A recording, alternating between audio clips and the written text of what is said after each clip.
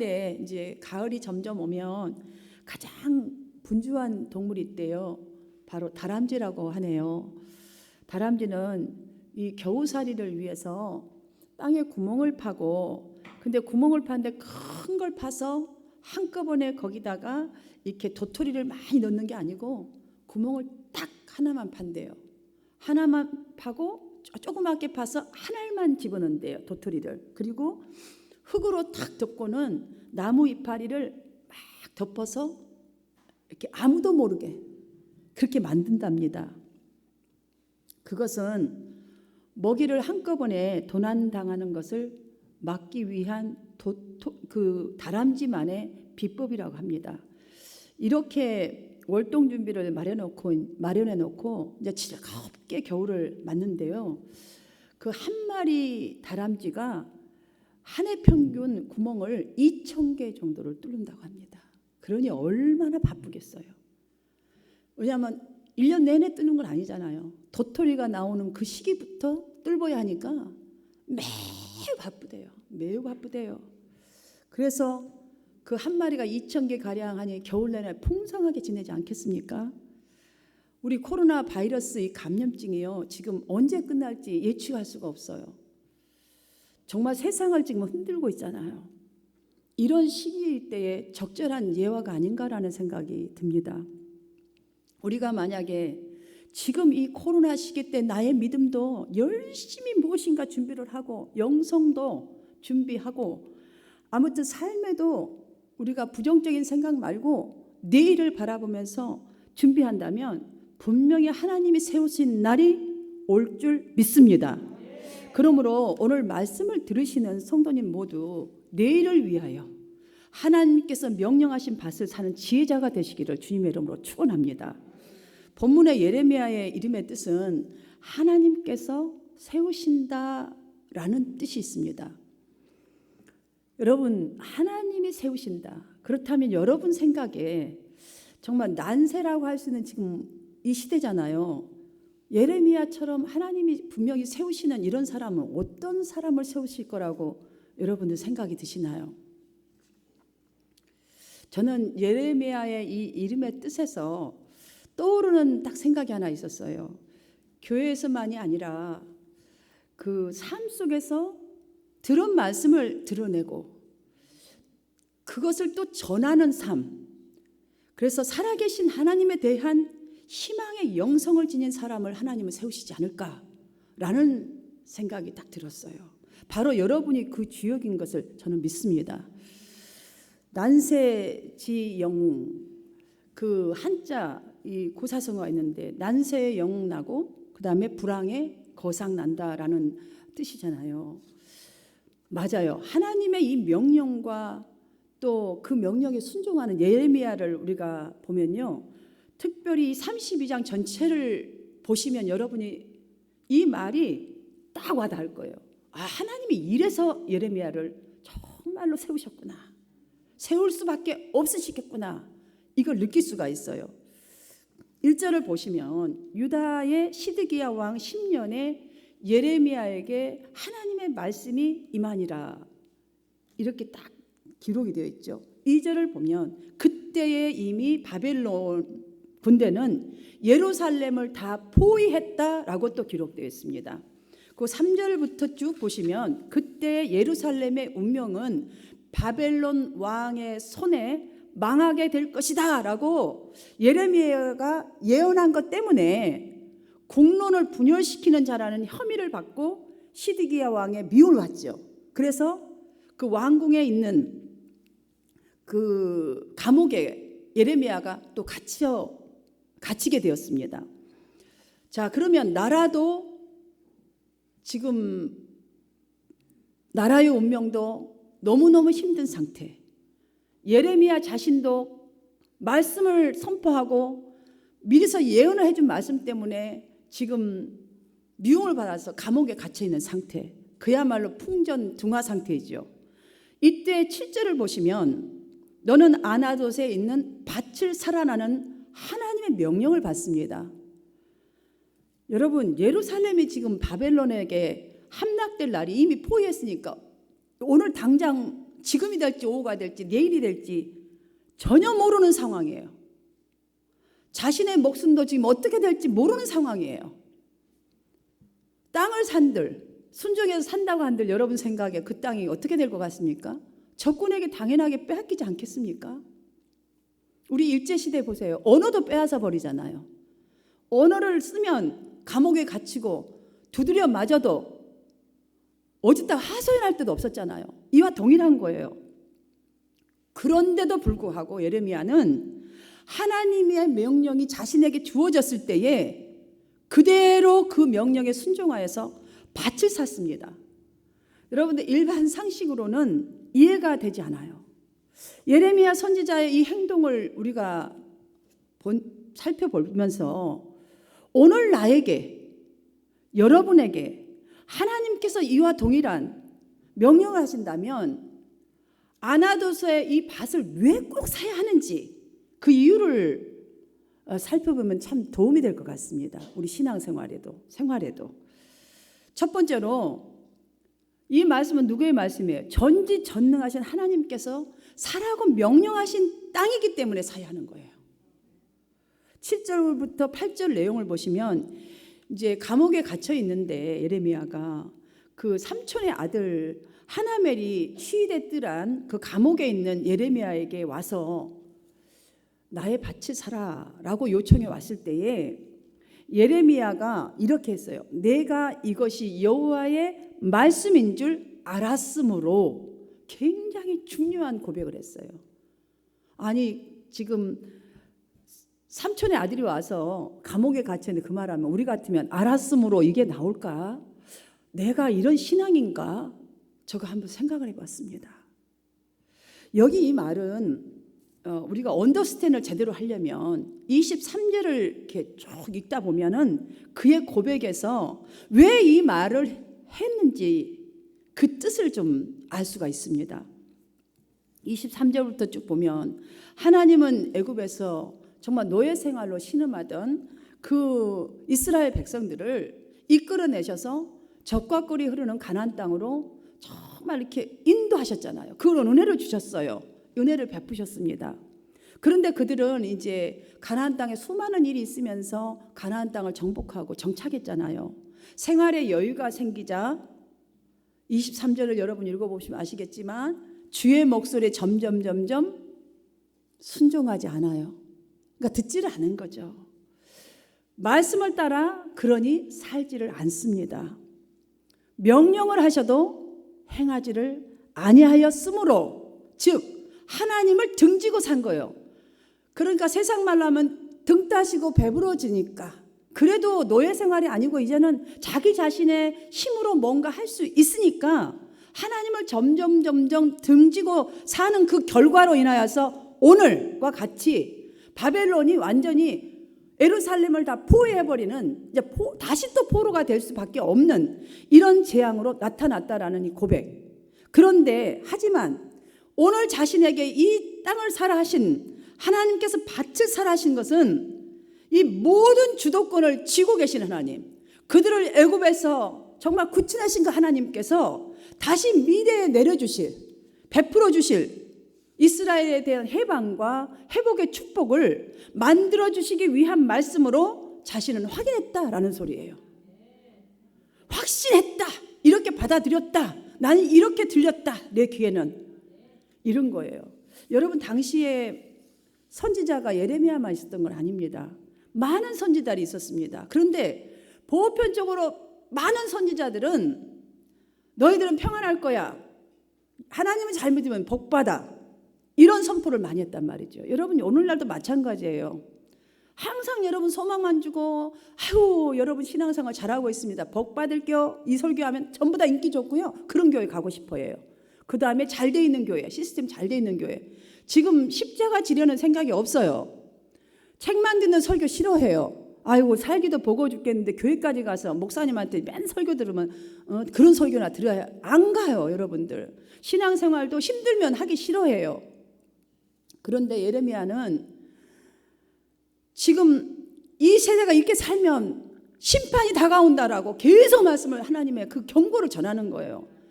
그러다 보니까 이 아나돗에 사는 사람들이 예레미야를 핍박하기 시작한 거예요. 그러니까 믿음을 떠난 사람들인 거죠, 한마디로.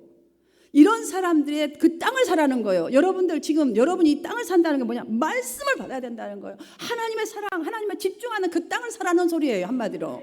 그들이 컴플레인하고 좋아하는 그것이 아니라 이 땅을 사라. 근데 이것이 바로 먼 훗날에 회복되고 진짜 축복이 오는 그것이라는 걸 확신했습니다라는 뜻입니다.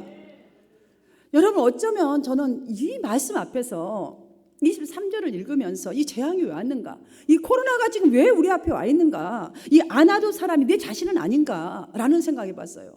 신앙생활하면서 우리는 항상 잘 되기만 바라고 하나님이 축복 주시기만을 바라는 나는 아닌가? 예레미야가 하나님께서 정말 예레미야는 하나님께서 이 백성들에게 지금 엄한 데를 바라보고 하나님을 비껴나는 이 백성들에게 이루실 성취를 바라본 거예요. 예레미야는 먼 미래에 이루실 그 성취를 바라봄으로 그 아나돗의 밭을 산 거예요. 누구도 이해할 수 없는 그 밭을 산 거예요. 그 험한 길을 택했다는 소리예요. 본문 여러분 초대에 보셨지만 예레미야는 지금 감옥에 갇히기 직전까지는 조국의 멸망을 예언한 사람이에요. 다 사람들이 핍박할 만큼. 이런 상황에서 밭을 산다, 여러분 이해되시나요? 이 행동 속에 여러분들 생각 안 드시나요? 영적으로 큰 뜻이 있지 않을까? 이런 생각 안 드시나요? 이 말씀 그냥 읽고 지나가면 안 돼요. 지금 예레미야가 nobody understand him. 근데 왜 이 땅을 사야 하는 거예요? 전쟁을 사봤자 금방 빼앗길 것이고 그냥 줘도 안 가질 땅을 차라리 돈이나 챙겨서 내가 그 다음에 먹고 살 걸 챙겨야 하는 이때 왜 그 땅을 사야 되는지. 그렇다면 여기에 무슨 영적인 큰 뜻이 있지 않을까? 예레미야만 뜻이 있겠어요? 분명히 하나님께서도 예레미야가 이 같은 순종을 통하여 그 당시 백성들에게 무엇인가, 오늘날 우리에게도 무엇인가 하고 싶은 얘기가 있지 않을까? 라는 생각을 해봐요. 나에게는 어떤 말씀 하고 싶으신 것일까? 하나님은 이 예레미야 순종을 통하여서. 여러분들 죽음에 이르는 병이라는 책에 보면 이런 글귀가 하나 있어요. 사람을 죽음으로 몰고 가는 병은 절대 절망이다. 여러분들이 신앙생활하면서 저 성도 희망 없어, 저 목사 희망 없어, 우리 교회 희망 없어 그러면 여러분 이거는 죽는 거예요. 여러분 영혼도 죽고 정말로 이거 하나님이 기뻐하시는 거예요. 하나님 십자가에 못 박는 거예요. 이거는 문제를 만날 때마다 가장 중요한 것은 우리 각자가 문제를 대하는 태도입니다. 태도. 내 태도가 어떤 것인가? 예레미야와 같은 태도. 예레미야가 밭을 사기 전에 여호와의 말씀이 내게 임했다라는 이 고백은 죄 심판을 받은 이 유다 백성들이 다시 회복될 것을 그런 예언을 나는 받은 것이다. 하나님이 나에게 이런 영감을 주셨고 감동을 주셨다. 나는 그걸 받았다라는 의미예요. 이 시간에 동일하게 여러분들에게 지금 이 말씀은 지금 임하고 있는 거예요. 그래서 자신이 여호와의 말씀인 줄 알았다, 확신합니다. 나는 이런 뜻이거든요. 여러분, 지금은 비록 내가 감옥에 갇혀 있지만, 지금은 이스라엘 백성들이 바벨론의 포로가 될 완전 100% 확률에 있을지라도 그것이 이스라엘의 끝이 아니라 이 땅을 깊이 읽고 회복시킬 것이다라는 이 하나님의 말씀에 온 자신의 희망을 두었다라는 소리입니다. 걸었다는 거예요. 여러분의 희망의 근거가 하나님의 말씀이 되기를 주님의 이름으로 축복합니다. 여기 알았으므로라는 이 히브리어는 야다예요. 야다. 아주 쉬워요. 알았으므로. 그런데 이 말은 깊은 뜻이 있어요. 지식적인 이해나 지식적으로 아는 그거를 말하는 게 아니에요. 오랜 기간 동안 축적된 경험적인 알을 얘기할 때 사용된 야다. 그런 단어입니다.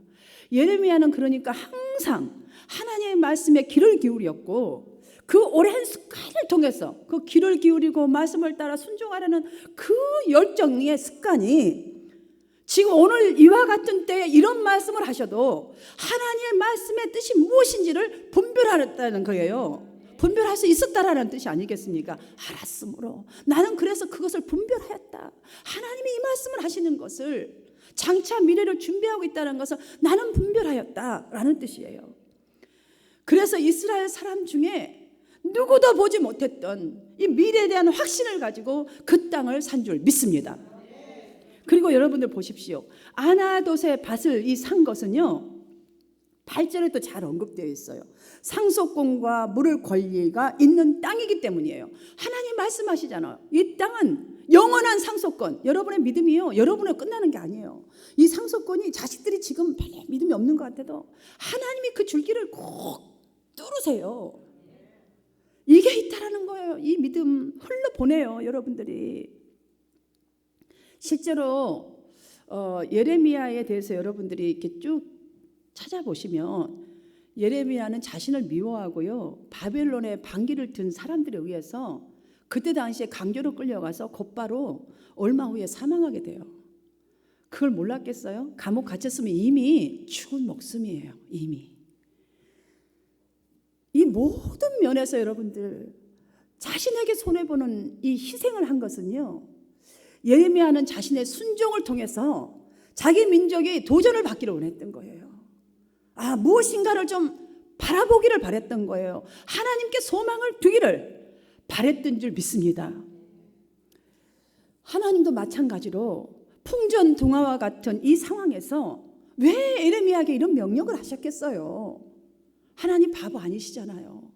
이 땅을 주장하시고 이끄시는 하나님이신데 예레미야에게 이 명령을 하셨을 때는 그 목적은 장차 내가 너희를 회복할 것이다. 그래, 회개하라. 속히 돌아오라. 너희들이 정말 나를 등졌던 그 삶을 다시 돌이켜서 이 밭을 사라는 소망을 나에게 좀 두라는 그것을 간접적으로 예레미야를 통해서 드러내시고 있는 것입니다. 사랑하는 성도 여러분, 특별히 오늘과 같은 현실에서는 믿음의 행동을 통하여서 살아계신 하나님을 삶으로 보여주는 정말 그러한 사람들이 필요합니다. 정말 이 시대는 그런 것 같습니다. 기독교 역사를 돌아보니까 각 시대 때마다 믿음의 행동으로 행동으로 살아계신 이 하나님의 모습을 보여준 사람들이 있더라고요. 여러분, 각 시대마다 보세요. 구약은 구약대로, 신약은 신약대로 그 시대마다, 또한 각 교회들 한번 보십시오. 그 어려운 일들마다 눈물을 흘리고 수도 없이 떠나고 싶은 그 마음이 있다 할지라 예레미야처럼 주님이 어떻게 이루실 그 교회상을 보고, 정말 기독교상을 보고 하나님의 나라를 보고요, 헌신했던 사람들의 모습들이 있었어요. 죄가 간영한 이 세상을 보고 하나님은 내가 물로 심판하리라 하시면서 방주를 만들어 준비하라. 정말 노아에게 이 말씀이 임하였을 때에 노아는요 120년 동안이나 세상에 이 방주를 만들었어요. 여러분, 그 순종의 이유가 뭐겠어요? 사람들이 얼마나 그 사람 보고 욕했어요. 다 이 좋은 시절에 왜 저 짓을 하고 있는가? 비유는 올 것 같지도 않은데.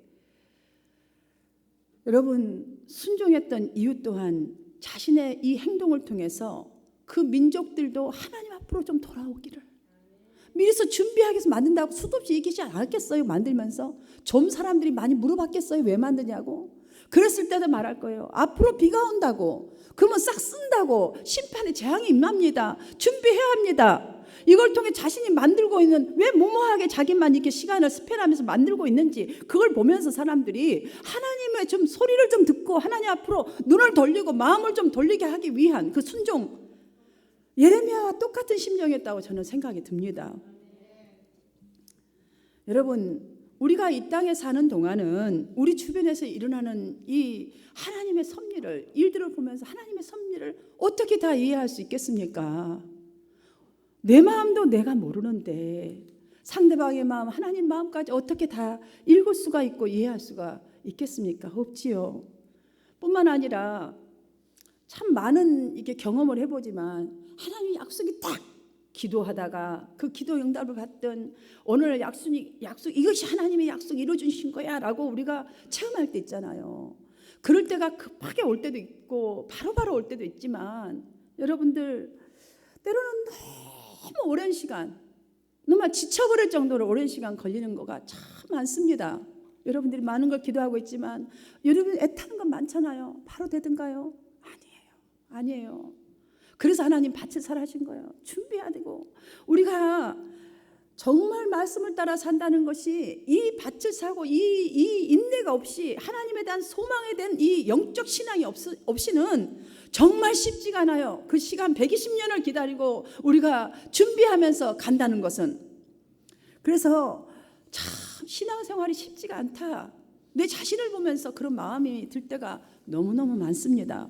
그러나 여러분, 노아도 많은 사람이 있지만 오늘 본문의 예레미야도 수많은 믿음의 선배님들을 통해서 우리가 뚜렷해진 거 한 가지 있잖아요. 하나님의 말씀에 민감하게 순종하는 이 모든 이들을 통해서 하나님의 약속과 명령들이 현실에 이루어지는 것을 우리가 확실히 보고 있는 거 아닙니까? 하나님의 약속, 여러분, 이러한 확실한 증거를 지금 우리는 만나보고 있어요. 여러모로 물론 좋지 않는 이 상황에서 여러분들 내일을 바라본다는 것은 하나님에 대한 확실한 소명 없이 바라볼 수가 없어요. 이 시간 여러분들이 하나님에 대한, 하나님의 말씀이잖아요. 이 땅을 창조하시고 인간을 지으시고 우리를 이끌어 가시고 우리의 생명까지도 우리의 미래까지도 보장하시는 그 하나님. 그렇기 때문에 우리가 하나님을 바라보고 진정으로 여러분들 이 말씀의 밭, 기도의 밭, 여러분 뭐 헌신해야 되는 어려움이 있습니까? 그 밭을 사시기를 주님의 이름으로 축원합니다. 두 번째로 왜 사야 하는가?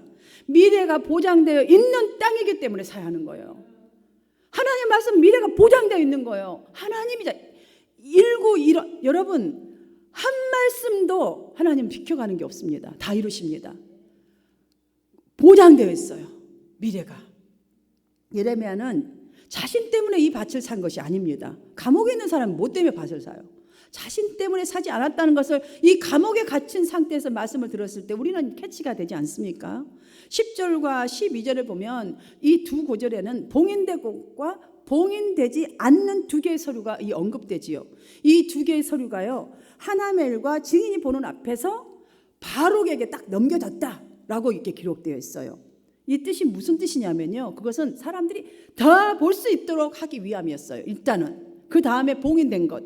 여러분, 왜 다 볼 수 있도록 했어요? 지금 포위되면 얼마나 절망이에요. 지금 코로나 언제 끝날지 모르는데 얼마나 우리가 지금 앞이 잘 안 보이잖아요. 그래서 포위되어 있는 이 절망 가운데 있는 사람들이 하나님께서 자신들을 완전히 버리시지 않는다, 이걸 좀 알게 하게 했어요. 그래서 끝까지 소망이 되시고 우리를 다시금 회복시키실 그 하나님을 다시 의시하고 마침내 공동체가 회복되는 것에 대한 이 소망을 좀 갖게 하고 싶어서 그게 넘긴 거예요. 이거 그런 뜻이에요. 이거 다른 게 아니에요. 뭐 서류를 하나는 숨겨놓고 하나는 주고, 지금 이 정도가 아니에요. 명령의 말씀이 임할 때 예레미야는 하나님의 뜻을 자신의 생각으로 재단하지 않았어요. 이 방법 저 방법을 생각하지 않았어요. 딱 어려운 상황에서 여러분들이 만약에 어려운 상황 속에서 왜 성경에 기록된 말씀들을 읽을 때에 아니면 말씀이 딱 귀에 들려와요, 명령이. 그러면 그 어려운 상황이니까 여러분 어떻게 생각합니까? 주님, 나는 이럴 때는 이런 상황에서는 결코 실천할 수 없어요. 이렇게 생각하거나 실천을 포기하고 뒤로 미루는 그런 생각을 가질 때 많지 않습니까? 혹시 그런 분 계시나요? 이거는 저도 마찬가지고 여러분도 마찬가지일 거예요. 누구에게나 걸리는 문제예요. 누구한테만 적용되는 게 아닙니다. 저도 똑같아요. 그런데 이것이 무엇을 말해주냐면 우리가 영적으로 훈련되지 못한 부분이 죽는 날까지 훈련돼야 되잖아요. 근데 아직도 훈련되지 못한 부분이 많아서 자주 실패할 수 있어요. 여러분들, 그거를 우리가 수용을 해야 돼요. 나는 실패하면 안 되는 사람, 나는 딱 이렇게 말했기 때문에 안 한다고 말하는 게 확실한 거지, 아니에요. 그 안 한다고 말하는 게 확실한 게 아니고요, 우리가 이미 실패한 건데 아직 영적으로 거기까지 훈련이 안 되어서 이렇게 하고 있는 거예요. 저도 여러분도. 그러하기 때문에 저와 여러분에게 요구되는 것은 더욱더 하나님의 명령에 순종하려고 하고 실천하려고 하는 그 노력만큼이 지속되어져야 한다. 여러분, 어려운 상황에서 이런 말씀이 올 때는요, 지금 나에게는 이것이 지속되어야 되는구나. 작은 것부터 시작해서 한번 열심히 해봐야겠다는 이 결정이 있어야 할 줄로 믿습니다. 여러분, 그렇기 때문에 앞날을 위해서 우리가 투자하는 거죠. 하나님이 살아하시는 밭은요, 그래서 뒤로 미루시면 안 돼요. 지금 이 말씀을요, 이 명령을 뒤로 미루시면 안 돼요. 남에게 빼앗기지 말아야 돼요. 이것만큼은. 왜냐하면 여러분 생명과 여러분 가문의 생명과 하나님 나라와 영원한 것이 다 보장된 축복으로 다 연결되어 있기 때문이에요. 뒤로 미루시면 안 돼요. 이를 위해서 정말 이 순종하는데 여러분이 에너지도 소비될 수 있고 손해볼 수 있고 모든 게 다 손해본다는 생각이 들 거예요. 예레미야처럼. 그러나 이런 마음이 든다 할지라도 여러분들 정말 손해보실 마음으로 값을 지불하시기를 바랍니다. 지금 예레미야가 그 상황에서 은 17개를 딱 달아주었다 했잖아요. 깎지도 않았고 왜 그러냐고 말도 안 했어요. 왜냐? 하나님의 명령하시는, 하나님이 하시는 일을 나는 보았다, 확신한다. 이 하나로. 여러분도 나에게 하나님이 이 손해보는 마음으로 내가 이걸 사지만 순종하고 내가 정말 누구 하나를 정말 하려면 얼마나 힘든지 몰라요. 여러분들, 내가 기도하고 이 사람 하리라. 왜냐? 내일이 나를 통하 이루실 하나님 일이 엄청나기 때문이에요. 하나님을 이렇게 섬길 때에 여러분의 믿음은 성장하게 되어 있습니다. 공동체를 위해서 여러분들이 기도의 값을 치르십니까? 아니면 헌신의 정말 더럽고 치사한데도 헌신의 값을 치르십니까? 그 십자가를 지실 때에 교회가 든든히 서가는 거예요. 그것이 복음인 거예요, 여러분들. 그걸 통하여 결국은요, 사람들이 이게 복음인 거구나, 이게 신앙생활이구나, 이게 하나님 믿는 거구나 배워가는 거예요. 하나도 지불 없는데 우리가 얻을 게 무엇이겠어요? 여러분 회사에서 일할 때도요, 너무너무 스트레스 많잖아요. 왜예요? 가정, 자녀, 미래 다 포함되어 있기 때문에 이 일을 하는 거예요. 예레미야는 멸망하는 저국의 마지막 시간에 지금 서 있는 것입니다. 실제로 당시 유다 이스라엘이 멸망당하는 것은요, 그들이 오랜 동안, 예레미야가 23절에서 말씀한 것처럼 오랜 동안 눈에 보이지 않는 이 먼지들이 쌓인 것처럼 죄를 쌓아온 결과였기 때문에 필연적으로 일어날 수밖에 없는 사건이었어요. 지금 예레미야가 아무리 다른 것으로 발부둥 쳐도 그것을 막을 수는 없는 일이었어요. 그러니 그 당시 이스라엘의 1세 백성들이 2세나 뭐 자녀들에게 물려줄 것이라고 뭐겠어요? 빠네요. 포로되어서 당해야 할 고통과 서러움뿐이었어요. 그때 당시는. 예레미야는 그것도 다 보고 있는 거예요. 지금 우리가 하나님을 비껴나가고 말씀을 비껴나가잖아요. 빠네요, 앞이. 빠네요. 나의 인생뿐만이 아니에요. 이 땅이 정말 빠네요. 멸망받을 수밖에. 서러움은 지속될 거예요. 서러움은 지속될 거예요. 고통 지속될 거예요. 그러나 여러분들 14절 예레미야가 하는 것을 보세요. 바룩에게 말하기를 만군의 여호와 이스라엘 하나님이 이같이 말씀하시기를. 지금 하나님을 대언하면서 담대하게 선포하는 거예요. 너는 이 증서를 곧 봉인하고 봉인치 않는 매매 증서를 가지고 토기에 담아 오랫동안 보존하게 하라. 정말 멋진 신앙인의 모습이에요. 자기가 손해보는 이 일을 하면서도 불구하고 정말 이 믿음을 심는 거예요. 지금 이 믿음을. 왜냐? 그는 포로 생활 70년이 지난 이후에 이제 잡혀가서 포로 생활 할 거잖아요. 그러면 후손들이 돌아올 때가 있단 말이에요. 하나님 분명히 회복하잖아요. 나중에 회복하셨잖아요. 말씀대로. 그랬을 때 그 숨겨놨던 토기에 있었던 그 매매 증서를 꺼내본 후손들이 분명히 보게 될 거 아니에요. 그러면 내가 받아서 봉인하라는 사람들 앞에 선포하고 보여주고 이랬던 곳에서 이들이 보게 될 것을 믿었던 거죠. 먼 훗날 그 보게 된 것을 믿었던 거예요. 자, 무엇을 물려주기 원한 것인가? 결국은 그걸 믿음이 바로 후손들에게 하나님을 향한 그 신앙을 물려준 거예요. 지금 이렇게 하나님 믿으면 어떻게 된다는 것을. 그래서 포로도 돌아온 이 후손들은 오랜 동안에 보존한 그 증서를 통해서 이스라엘의 모든 지금까지 역사가 하나님의 손에 있었다는 것을 그들이 보고, 하나님께서 지금 그동안에 우리를 회개시키고 이 많은 정말 포로 생활에 먼 곳을 돌아서 이 오게 하셨던, 다시 회복하게 하셨던 하나님의 그 오묘한 사랑, 능력, 섭리 이런 것들을 깨닫게 하여서 하나님께 대한 견고한 신뢰를 갖게 하기 위한 거죠. 여러분, 이 예레미야의 신앙을 보면요, 한 알의 밀이 또 한 알의 씨앗이 땅에 떨어져 죽으면 그래서 떨어지는 것 갖고만 말하지 않았어요. 왜냐하면 땅에 떨어진 것은 가시밭에 떨어질 수도 있고 또한 옥토밭에 떨어질 수도 있고 길가에 떨어진다 했잖아요. 그러나 땅에 심겨지고 썩으면, 그러니까 내가 썩어야 돼요. 주님 약속 붙들고 썩어야 되는 거예요. 여러분들, 썩으려다가 일어나 버리니까 이게 열매가 없는 거예요.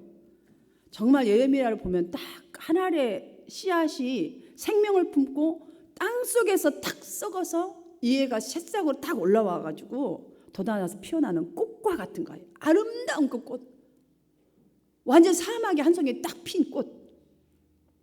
비록 자신은 그때 이 땅에 없을지라도, 지금 보세요, 이 땅이 없잖아요. 후손들이 와서 볼 때는 없을지라도 믿음으로 살았던, 이러한 우리 선조가 있었구나, 그 후손들이 깨달아 아는 그것을 바라본 거죠. 그걸로 투자한 거예요. 신앙을 투자한 거예요. 하나님의 신앙이 흘러가기를. 여러분, 우리에게도 이 신앙 필요한 줄 믿습니다. 특별히 이 시대에는. 그러면 그 신앙을 보고 감동받는 사람 분명히 있습니다. 아이고, 왜 쓸데없는 짓을 했나, 이런 사람도 있겠지만, 왜 자기에게 목숨을 버려, 아까운 목숨을 뭐 꼭 그렇게만 헌신해야 돼, 뭐 이런 사람도 있겠죠. 하지만 분명히 저는 이것을 보면서 많은 사람들이 깨닫고 오늘날도 앞으로도 지속적이지 않아요. 주님 오는 그날까지 감동받은 사람이 있을 것이고 다시 이런 비극의 역사를 되풀이하지 않으리라는 믿음을 또 다음 세대에 전해주고 싶은 이런 사람들이 일어난 것을 저는 예레미야가 보았다고 봅니다. 그래서 자신을 온통 드리고 자신에 있는 모든 것을 손해이면서도 불구하고 투자한 줄 믿습니다. 사랑하는 성도 여러분, 여러분의 자녀들에게, 그리고 믿음 없고 연약한 혹시 공동체가 있다면 그런 공동체에게 무엇을 여러분들은 지금 전해주려고 힘쓰고 계십니까? 저는 오늘 말씀을 들으시는 여러분만큼은 내게 있는 이 겨자씨만한 믿음으로 여러분들 땀과 눈물의 기도와 또한 그 한 사람, 또 한 가정, 한 교회, 하나님 나라를 정말 세우기 위한 헌신으로 여러분들이 나는 이렇게 주님의 교회를 세웠단다, 내 신앙이 작지만 난 이렇게 노력했단다, 얘야 아니면 친구야 아니면 성도 여러분, 정말 여러분이 어느 곳에 가서라도 하나님의 말씀의 밭을 사는 것이 유일한 희망입니다 라고 말할 수 있는 여러분들, 이것만이 너도 나의 친구도 우리 모든 자손들이 시대를 거슬려서 하나님에 대한 거대한 약속의 은총을 입는 길이라고 여러분이 정말 이렇게 말할 수 있기를 간절히 바랍니다. 예레미야를 통해서 성령께서 우리의 마음을 이 시간에도 두드리시고 계시는 이 교훈, 여러분들 하나님의 말씀의 밭을 살아. 이 믿음의 밭을 꼭 놓치면 안 된다, 사야 한다. 아무리 다른 사람들이 비껴나간다 하지만 너만큼은 이 믿음의 밭을, 순종의 밭을, 헌신의 밭을 꼭 사야 한다. 지금 이거를 우리에게 주는 교훈이에요 오늘. 그것은 왜 사야 하는가? 나 고통 싫은데 왜 사야 해요 주님? 첫 번째, 단 한 말씀도 변함이 없이 반드시 이루시는 신실하신 하나님의 명령이기 때문이에요. 두 번째로는 상속권이 있어요. 여러분들이 물을 권리도 있고 네가 다시 대대로 줄 권리가 있다라고 우리에게 말씀해 주셨잖아요. 여러분, 영원한 땅이기 때문에 사야 하는 거예요. 영원한 땅, 여러분들 영원한 영원한 축복이기 때문에 사야 합니다. 마지막으로 이 축복의 미래가 보장되어 있는 것이기 때문에 이 시간 성령께서 우리의 마음을 이렇게 두드리고 계시는 거예요. 사랑하는 성도 여러분, 이 말씀 앞에 한 분도 낙오되지 마시고 정말 하나님이 명령하신 하나님의 말씀의 밭, 순종의 밭, 믿음의 밭 여러분들이 꼭 사서 예레미야와 같은 결실을 후손들에게 전해주는 저와 여러분이 되기를 주님의 이름으로 축원합니다.